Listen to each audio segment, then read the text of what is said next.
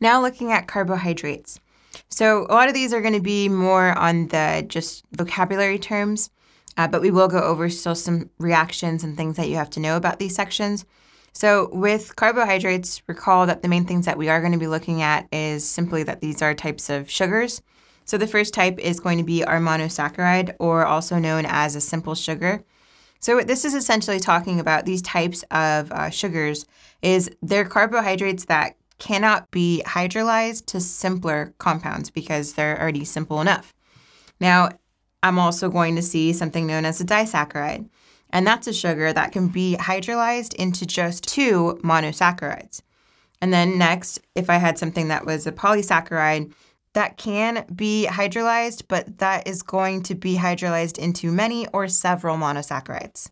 Now, we can classify specific types of monosaccharides, meaning we can name them. So how we would look at